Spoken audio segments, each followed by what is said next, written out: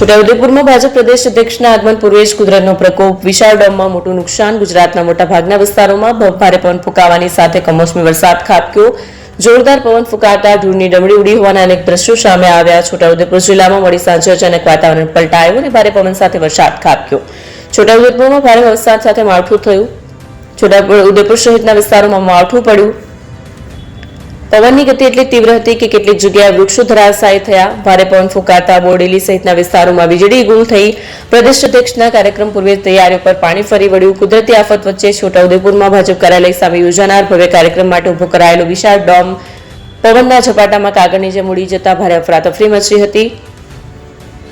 આમ પ્રદેશ અધ્યક્ષ જગદીશ વિશ્વકર્માના કાર્યક્રમ પૂર્વે જ તૈયારીઓ પર પાણી ફરી વળ્યું હતું.